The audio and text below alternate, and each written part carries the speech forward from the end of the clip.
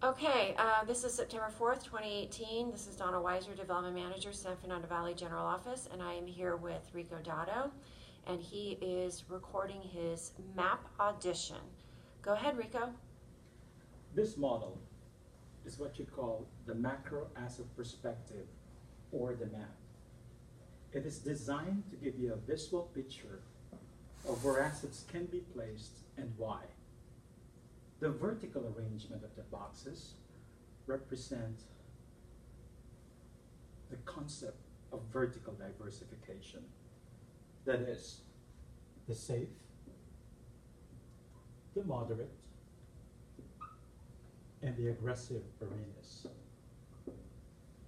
No matter who you're talking to, whether it is a banker, a financial planner, an insurance agent, a stockbroker, and accountant, they all speak of these three broad areas of diversification. And I'm sure you would agree that it's a good idea to diversify in some way or another. Now, why is that a good idea? Let me explain. Assets above the line are sometimes referred to as paper assets because their value isn't fixed until the time they're actually sold. If you look at your 401k statement, for instance,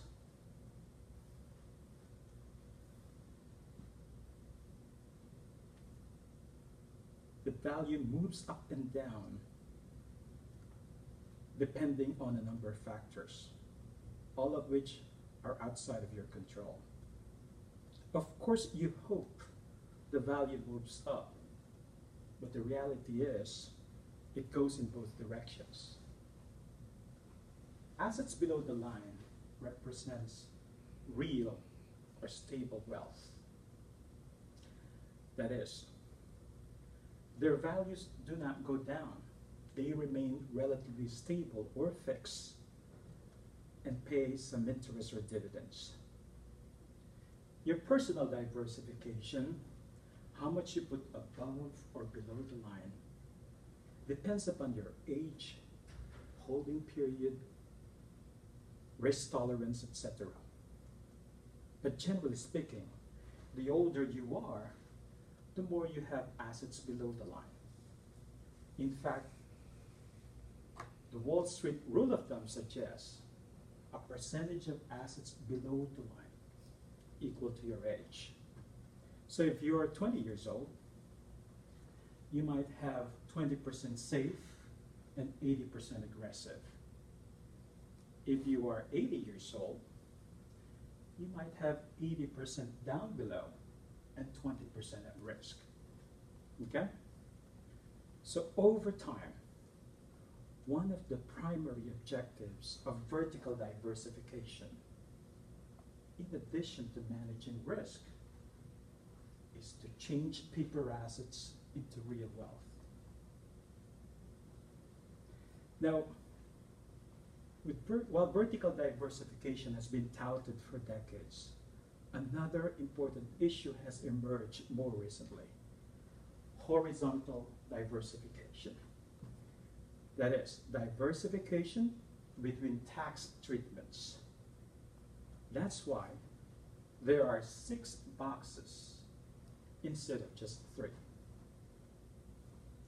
This is a fairly simple concept, since there are only 2 types of tax treatments when it comes to savings and investments: pre-tax and after-tax.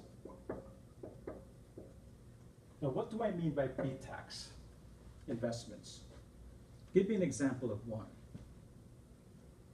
That's right, 401k, deductible IRAs, pension, and profit-sharing plans. These are programs where the money you earn is invested before being taxed. So that's why they're called pre-tax investments. Everything else pretty much goes over here on the after-tax side, where you invest your money after it has been taxed. why they are called after-tax assets. Now, for years, when it comes to saving money, people like me have said, and you've likely heard, to concentrate our efforts on the pre-tax component, right? Pump up all the money you can into 401k, deductible IRAs, and anything else considered pre-tax. But why is that a good idea? What was the advantage? That's a good short-term reason, but it's not the correct long-term reason. The strategy has worked. Let me start it for you, and I'll bet you'll remember, okay? It goes like this. I'm going to defer my taxes now when I'm in my high income earning years, because later, when I draw my money out, I will be in what? That's exactly right. That has been the mantra for 3 decades. Interesting though, how seldom people answer correctly these days. That's because very few actually believe they will be in a lower tax bracket in the future. Let me explain the evolution that has taken place. Do you have any idea what the top marginal tax bracket was back in the 80s when the pre-tax plans were popularized? Take a guess. The top bracket was 70%. And there were 15 different brackets. In those days, if you earned a little more, you move up a bracket or 2. If you earned less, you move down a few brackets. People earning 100,000 in those days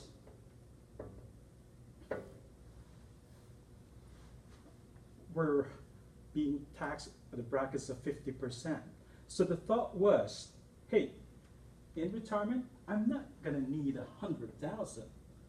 I can leave on 80,000, inflation adjusted.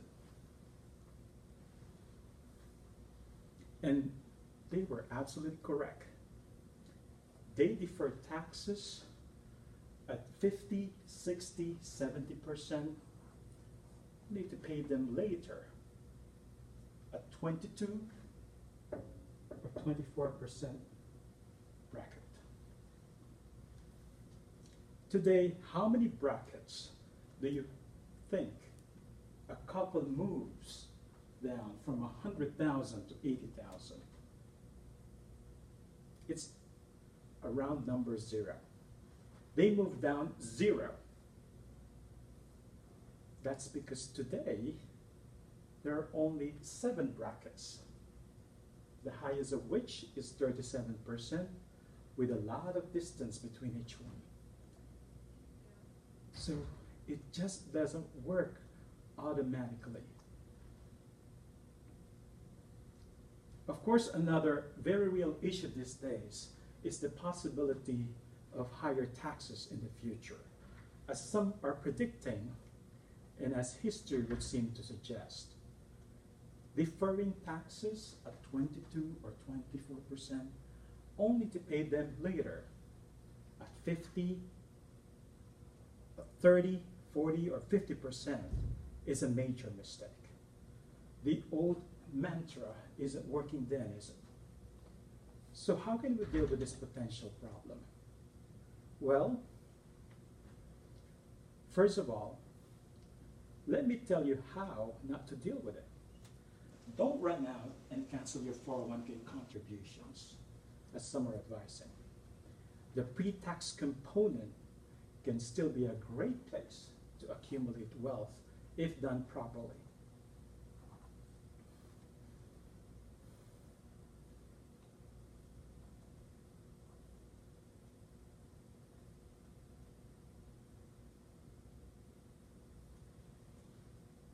That is with proper diversification between pre-tax assets and after-tax assets. Let's take a look at how that strategy can work very effectively. The plan is to accumulate dollars on both sides of the tax fence.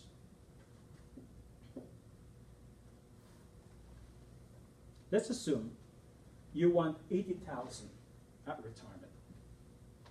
Tell me, how is the income stream taxed when it comes out of the pre-tax bag? That's right, it's 100% taxable income, which is only reasonable since you haven't paid taxes on the money that went in or the assets that accumulated. Of course, you'll pay the prevailing tax rates at the time when you draw the money out, which, as we have discussed, is an unknown factor and could potentially be quite high. But what if you're able to draw 40,000 from each bag?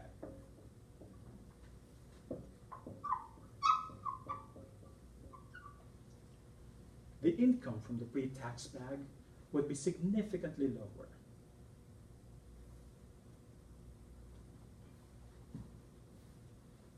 Placing you in a lower tax bracket. But you wouldn't have to leave on that low income because of the additional 40,000 from the after-tax bag. Ideally, you want all of the income from the after-tax side to be tax-free. You've already paid taxes on the money that went into those savings or investments. If you set things up properly, it is possible that you could have a tax-free flow of income coming out. It doesn't happen automatically, whether there are ways to accomplish it. I'll show you how in just a minute. For now, let's just assume that you are able to receive all tax-free income from the after-tax side. What would your total taxable income be? That's right, 40,000. Today, that puts a couple in one of the lowest tax brackets, 12%. Now, I don't know what it'll be in the future, but withdrawing a lesser taxable income should put you in whatever lower income tax brackets exist at that time. And historically, lower income brackets tend to stay low. The debate among lawmakers is always about whether or not to tax the rich, not about increasing tax rates on lower income. Assuming no taxes on the after-tax side, that's a total tax burden on post-retirement income of 6%.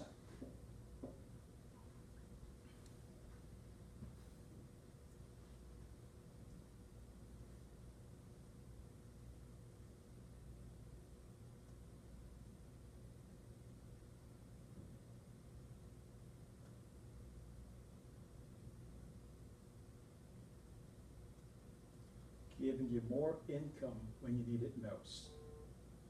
After all, the whole reason we're saving all this money isn't for now. It isn't primarily we want a tax deduction today. It's because we want as much income as we can get when we retire. Does that make sense? Any questions so far? Okay, that is the strategy. Now, let me show you the tactics. That is, how to get it done. On the pre-tax side, we will defy your 401k handbook's principles on diversification by putting all the assets above the line in most cases. Here's why. What advantages are generally associated with below the line assets? What does the S stand for? That's right, safety is one. What about a money market account or a checking account? What's the advantage there? Liquidity. There is one more, tax advantages. There's still some tools left. With tax advantages, many of these are found below the line. with tax-free